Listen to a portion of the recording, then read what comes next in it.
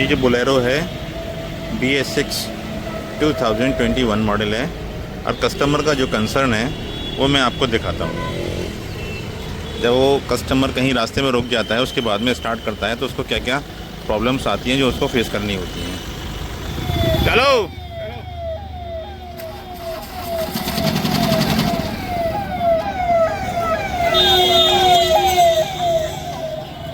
चलो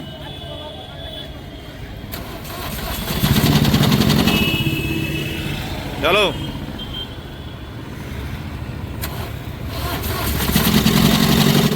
अब आपने इसके अंदर इशू तो देख ही लिया है। अब मैं इसको डायग्नोस करूंगा लॉन्च X431 Pro 3 लिंक की मदद से इसके अंदर क्या फॉल्ट है। चलते हैं डायग्नोस की ओर। यहाँ हमको मिल जाता है लोकल डायग्नोस और लोकल डायग्नोस में जाने के बाद हमको जाना होगा एशियन के अंदर और यहाँ हमको जो सिलेक्ट करना है वो करना है महिंद्रा इंडिया। महिंद्रा इंडिया के बाद हमको सेलेक्ट करना होगा नेक्स्ट ऑप्शन जो है हमारा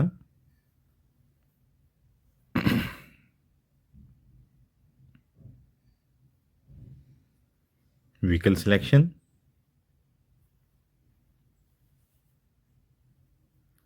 व्हीकल सिलेक्शन के अंदर जब हम जाएंगे तो कुछ हमको और भी ऑप्शंस वहाँ मिल जाते हैं, जैसे कि पैसेंजर, कमर्शियल और BS6 EMS।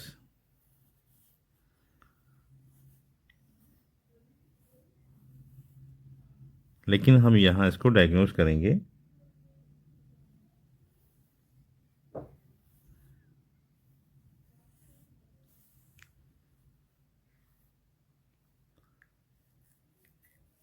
ZX के अंदर। ZX के बाद हम जाएंगे सिस्टम सिलेक्शन में, उसके बाद में आ जाते हैं इंजन मैनेजमेंट सिस्टम के अंदर। वहाँ आ जाने के बाद कुछ हमको यहाँ फॉल्ट नज़र आते हैं। हमारी कार के अंदर जो इशू है वो इन्हीं सब फॉल्ट के अंदर ही है।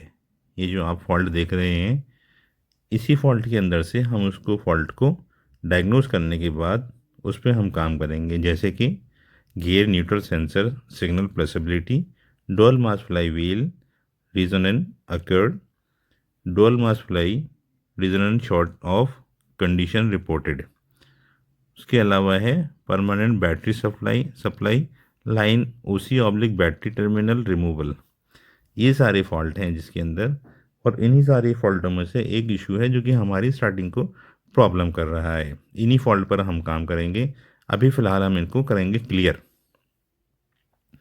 क्लियर करने के बाद जो इंजन के अंदर जो इशू आ रहा है स्टार्टिंग का, उस पर हमको मैनुअली वर्क करना होगा। फ़िलहाल तो हम इन DTC को क्लियर कर देंगे।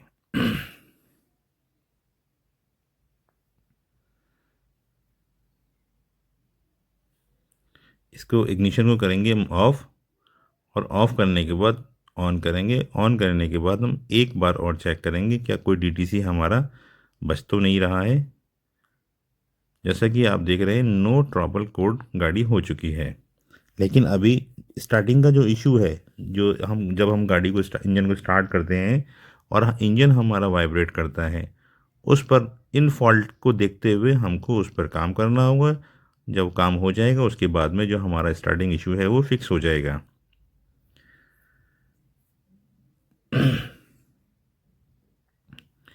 फ़िलहाल साथियों हम टूल को हटाते हैं, मैनुअली काम करते हैं।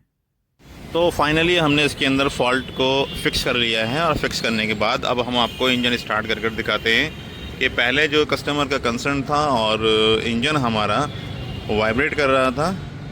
चलो स्टार्ट करो ज़रा।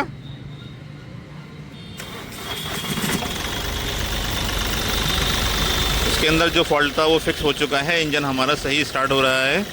यानी कि एक किसी भी कार का फॉल्ट पकड़ने के लिए, उसको फॉल्ट को डायग्नोस करने के लिए आपको एक अच्छा टूल होना चाहिए आपके पास। अगर आपके पास टूल नहीं है तो आपको फॉल्ट को डायग्नोस करना आपको बहुत मुश्किल हो सकता है। बंद करो,